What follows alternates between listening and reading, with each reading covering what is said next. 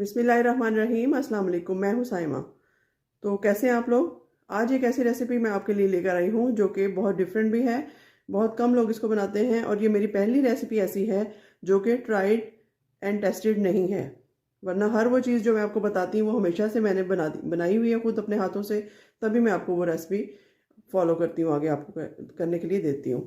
तो ये देखिए, आज मैं खुद सीख रही हूँ। मैंने सोचा आपके साथ ही शेयर करूँ ये फर्स्ट एक्सपीरियंस अचार डालने का। तो आज मैं डालने लगी हूँ नींबू और मिर्चों का अचार। तो दुआ कीजिएगा कि कामयाब रहे हम। देखिए किस तरह से कोशिश करते हैं डालने की फर्स्ट टाइम। तो यहाँ मेरे पास तकरीबन आधा किलो का रेशो भी हम लेंगे, आधा आधा किलो दोनों चीज़ें लेंगे। नींबू भी आधा किलो और मिर्चें भी आधा किलो। यहाँ देसी नींबू है घर के, मैंने सोचा इनको प्रिजर्व करने का कोई अच्छा तरीका होना चाहिए। तो आधा किलो नींबू ले लिए हैं, इनको वॉश करके कट कर लिया है। और यहाँ आप देख सकते हैं हरी मिर्चें हैं देसी वाली, इनको भी वॉश करके ड्राई कर लिया है। और ये कुछ साबुत मसाले हैं, इनको हम बाद में ग्राइंड करेंगे। ये मेरे पास सौंफ है और कलवंजी है और मेथरे हैं। ये अचार के इम्पॉर्टेंट जुज़ हैं, इनके बगैर अचार नहीं बनता, और अगर बन भी जाए तो अच्छा नहीं बनेगा। और सूखा धनिया, लाल मिर्च और कुटा हुआ ज़ीरा वो पीस के रख लिया है मैंने एक छोटे से बॉक्स में। और यहाँ पर तकरीबन एक मुट्ठी भर मैंने मिर्चें, एक मुट्ठी भर नमक और आधी मुट्ठी हल्दी ले ली है। अंदाजे से सब कुछ लिया है। देखिए कैसा बनता है। अब तो अब इस सारी नमक मिर्च को हम अच्छे से मिक्स कर लेंगे हाथों की मदद से। ये काम हाथों का है, जितना अच्छा हम साफ़ सुथरे हाथों से करेंगे उतना ही रिज़ल्ट भी इसका अच्छा आएगा। तो ये देखिए, ये मसाला हमारा तैयार हो चुका है, बेसिक मसाला जो है। तो अब जो ये मिर्चें हैं इनको मैं इस तरह से कट कर लेती हूँ दरमियान से। ये देखिए, एक मिर्च ली, इसको इस तरीके से कट कर लिया दरमियान से। ये देखिए, पहले मैं कट कर लेती हूँ फिर बताती हूँ नेक्स्ट इसमें हमने क्या करना है।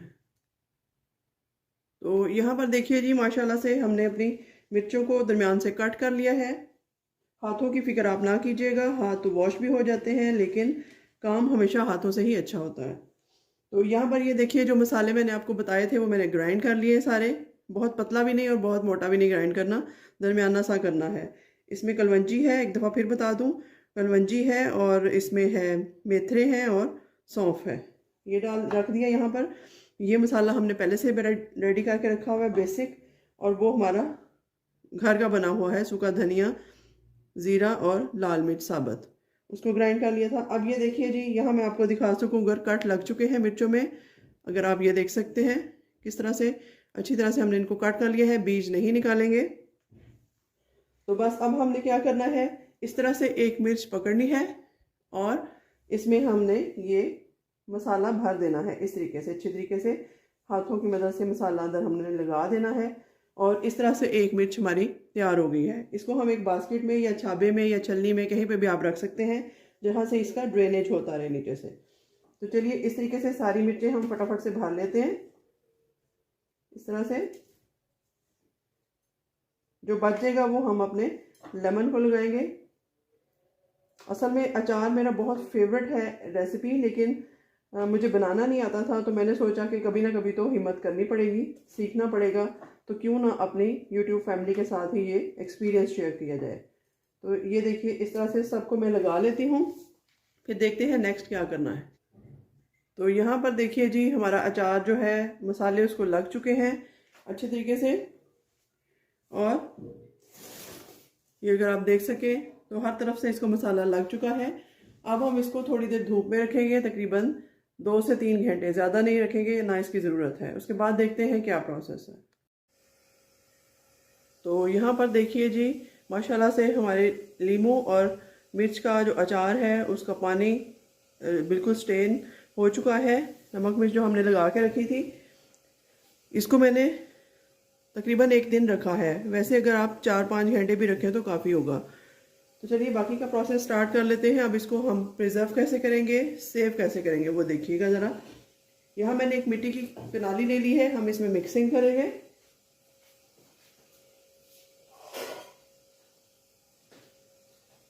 ताकि अचार अच्छे से खुले बर्तन में मिक्स हो जाए। और ये देखिए, एक चीज़ मैं आपको दिखाना चाह रही हूँ। ये मैंने सरसों का तेल ले लिया था, तकरीबन बहुत ज़्यादा तेल हम इसमें नहीं डालेंगे, 1 कप 1.5 कप के करीब मैंने तेल लिया था। उसको हल्की सी आग पे रख दिया था और उसके अंदर ये आप देख सकते हैं कि एक आटे की लोई बना के मैंने डाल दी थी गूंदे हुए आटे की।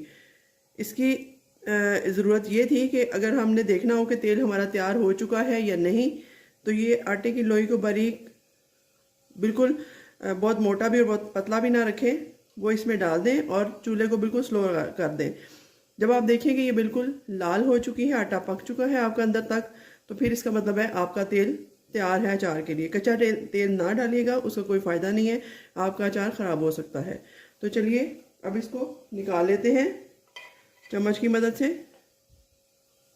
इस तरीके से इसको मैं निकाल लेती हूँ, ये वेस्ट है आप देख सकते हैं।